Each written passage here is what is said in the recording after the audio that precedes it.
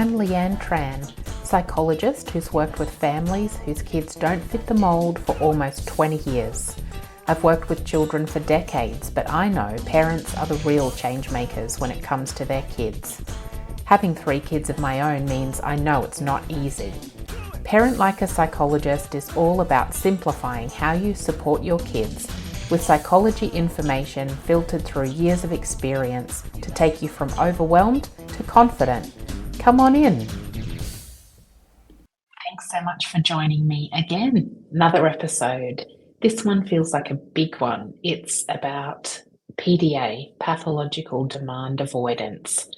It's not a very nice name, and sometimes people say a persistent drive for autonomy instead.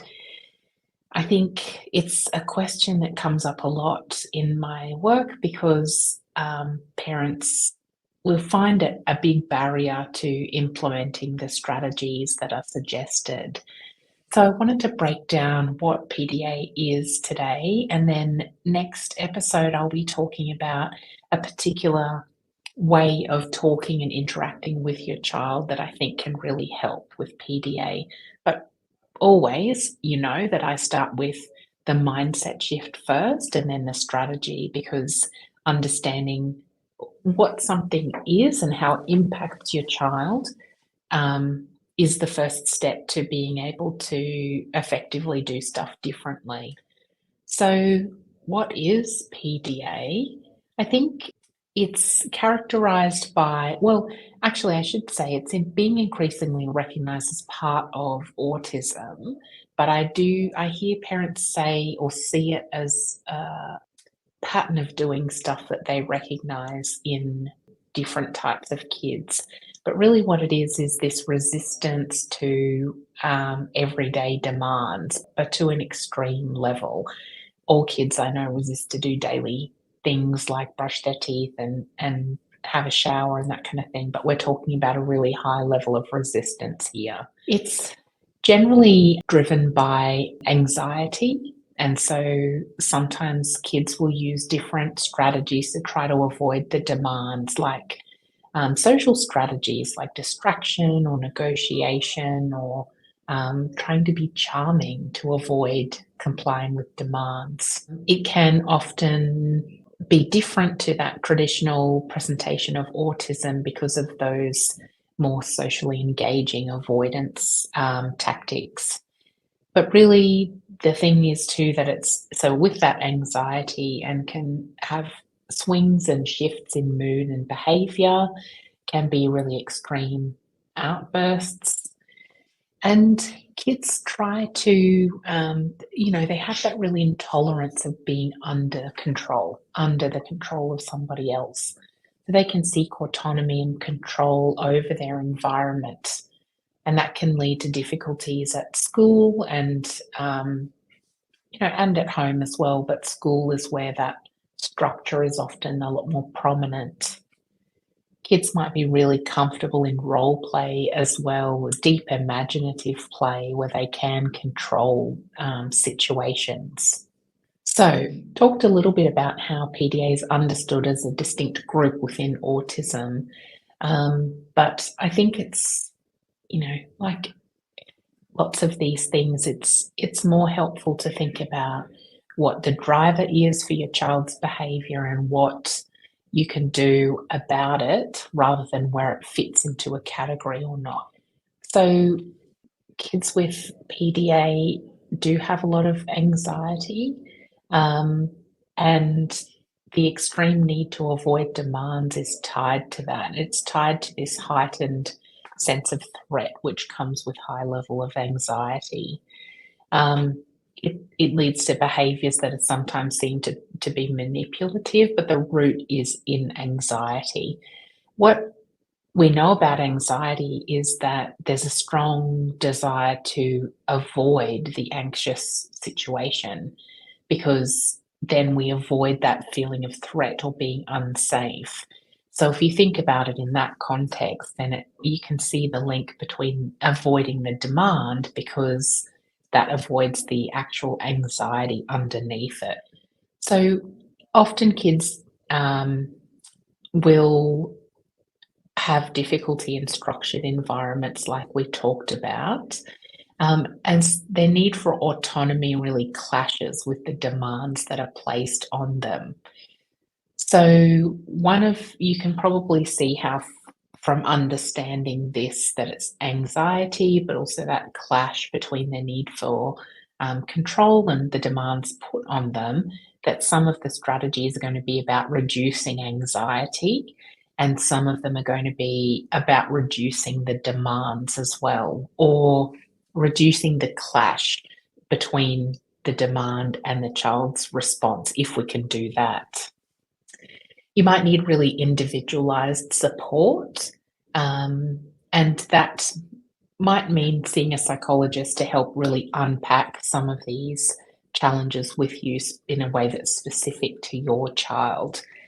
And so that's something I'm happy to help with. I do online one-on-one sessions with parents, or yeah, you can find a psychologist near to you, if sometimes getting your child there is the challenge, but yeah, see how you go. So I want to run through, first of all, some support strategies for a child with a PDA kind of presentation. And then I want to talk about specific strategies that you can do as parents. The first idea for supporting your child with this demand avoidance is to reduce demands and expectations. Just to give you this structure, there's 5 of these points. This might seem really counterintuitive because you think, they just have to learn to do what they're being asked for. If I reduce the demand, they're never going to learn. But it's just not how kids learn anyway. Kids learn when they're calm. So the idea of reducing demands and expectations is to reduce that feeling of pressure. So instead of giving demands like they're fixed or non-negotiable, make them feel optional or like an open choice. So that means trying to avoid setting really strict rules or inflexible rules, and instead use a more gentle guidance approach, and indirect prompts. We're going to unpack that a lot more in the next episode because it's a super important skill, and it's going to take way longer than 5 minutes for me to explain that. The other thing that you can do is break tasks into smaller, manageable steps, so that it's reducing the size of the task reduces the overwhelm, and let your child take the lead as much as possible. Focus on reducing anxiety. So if anxiety is the driver of this demand avoidance, addressing it directly is really important. That can be through seeing a psychologist for some support with that, or you can do things like putting in place a really predictable routine with a bit of flexibility, but just so that the routine provides the boundaries to let a child know what to expect. Other support strategies like minimizing sensory overload and teaching coping strategies are really good things to do as well. You can, to reduce anxiety as well, offer reassurance and creating a calm, low demand environment where the child feels safe and in control. Not always easy to do. Third idea is to use collaborative problem solving. And so this means instead of imposing demands, involve your child in problem solving and decision making together. And you can doing this gives them, first of all, reduces anxiety because they get to be a part of the decision, and it also gives control and choice. Frame it as though it's a challenge you're going to solve together and a way to achieve something they care about. So it might be, for example, you have, I've noticed it's really difficult for you to blah, blah, blah, and that you feel really, frustrated or angry or upset about that. I wonder if there's a way that we can solve this together. So let your child have a bit of a say in how tasks are done and options like the order of things, and encouraging them to help find a solution that works for both of you. That part is so important that there is a guide on my website about collaborative problem solving. Because I think it's one that is easy to say, but then parents think, yeah, but how do I do that? So I've got an entire guide on there that's based on a book I read about it, and the name escapes me right now. Yeah, anyway, it's referenced in there. I think it's by Ross Green, Raising Human Beings, maybe. So yeah, go and have a look at that because it's got some scripts in there as well and examples like he uses in the book. So it's at learn.leanne.com.au/free. It's one of the free resources there. The next thing is to engage in some positive role play and imaginative play as well.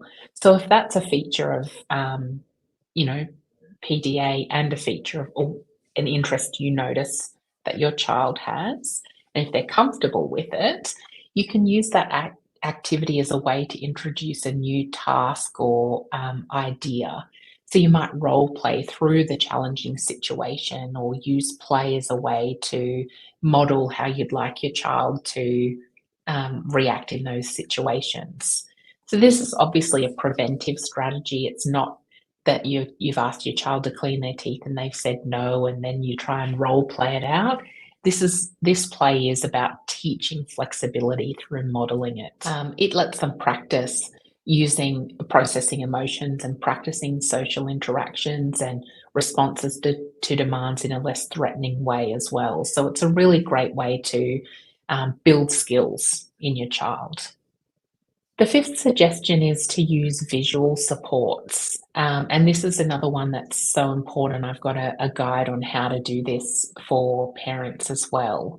So for visual supports, it's schedules or task boards or lists of steps of a task. And that reduces the need for you to use verbal demands or instructions. And the more you can reduce that, the less resistance you'll see in these situations. Gives your child some predictability without them feeling overwhelmed by all of that talking and instruction. You can use it also to offer choices and options so kids have more control about what they're doing. They might be able to change the order of the tasks, or you might be able to let them choose, we'll do this today or that today, or something like that. So you can download that one on my website as well. I don't know for sure where it is on the website, but go have a look. And if maybe I will, do you know what it will be? It's learn.leannetran.com.au/tools. So it's there as one of the practical tools that you can use as parents. It's got some examples and recommendations for places where you can buy some resources if you want to, ones that I've used at home, and a range of options so you can try and find ones that fit for you. So then what can you do as a parent? There are some practical, specific strategies that you can use, and I will, there's 7 to go through.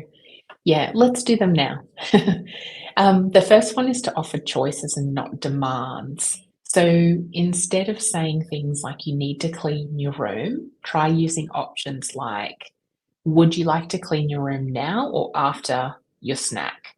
So it's really trying to not give a demand, give a choice, or like you're approaching it as trying to collaborate on a solution.